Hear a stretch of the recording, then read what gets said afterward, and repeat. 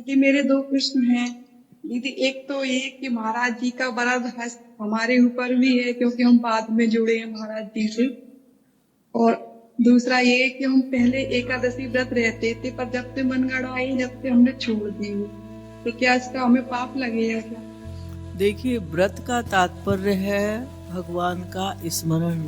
5 ज्ञानेंद्रियां, 5 कर्मेंद्रियां, एक मन, निरंतर हमारा भगवान का चिंतन चले, वो व्रत है। स्मरण छूटा कि व्रत टूटा। केवल खाने पीने से व्रत नहीं होता।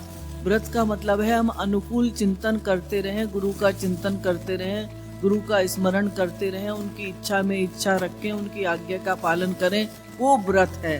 खाने पीने का तो शरीर के लिए लोग रख लेते हैं, चलो फलाहार करने से शरीर हल्का हो जाएगा, लेकिन ऐसा तो नहीं होता। सुबह से कुछ नहीं खाया, शाम को डट के खाया। रोज 8 बजे सोते थे, रोज 10 बजे सोते थे, तो उस दिन 8 बजे ही सो गए। तो ये तो व्रत इस प्रकार से होता है। व्रत का तो तात्पर्य है निरंतर स्मरण, उपवास, उनके समीप जाना। ये बहराव उपनिषद में महंत महाराज जी ने एक मंत्र कोट किया है। उपवास का मतलब है भगवान के समीप जाना। ये जो हमारी शरीर है इसको कष्ट देना नहीं है। तो व्रत का तो, और फिर अगर भगवान से प्यार हो जाता है तो फिर जो ये कर्म कांड है इसका करने का कोई लाभ नहीं है। उसका करो या ना करो, उसका कोई पाप नहीं लगता। और महाराज जी का वरद हस्त तो सदैव हमारे साथ है। ये हमारे विश्वास के ऊपर निर्भर करता है। चाहे प्रत्यक्ष रूप से उन्होंने उनके दर्शन किए या नहीं किए, वो आज भी तुम्हें दर्शन देंगे, तुम्हारे ऊपर कृपा कर रहे हैं। तुम्हारी शरणागति की मात्रा के अनुसार वो तुम्हारा योगक्षेम वहन कर रहे हैं। तो ये कभी मत सोचना कि उनका वरद हस्त हमारे सन्मुख नहीं है। जिनके वरद हस्त के सन्मुख चल न चाल कलिकाल की, उनका वरद हस्त सदैव हमारे ऊपर है। वो तो अपनी शरणागत जीवों के लिए भुजा फैलाए प्रतीक्षा कर रहे हैं। आओ आओ आओ, मैं प्रेम देने के लिए तैयार हूँ, मैं प्रतीक्षा कर रहा हूँ, अपना बर्तन जल्दी से तैयार करो। Hello hello hello my dear children, I want to speak to you.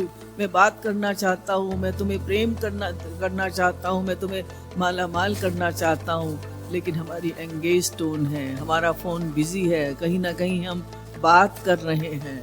तो ये कभी मत सोचना कि उनका वरद हस्त हमारे ऊपर नहीं है। हमारे चिंतन में कमी है, उनकी कृपा तो है ही।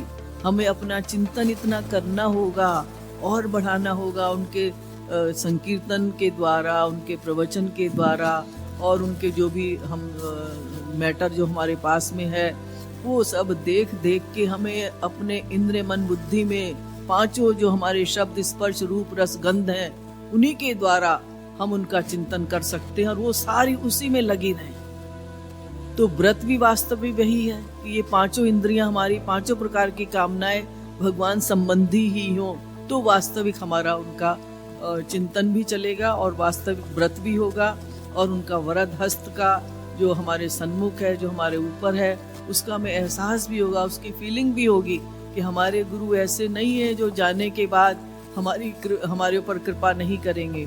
वो सनातन गुरु हैं, शाश्वत पथ प्रदर्शक हैं, जो सदा सदा लोगों का मार्गदर्शन करते रहेंगे, क्योंकि वो अवतारी हैं, वो अवतार हैं।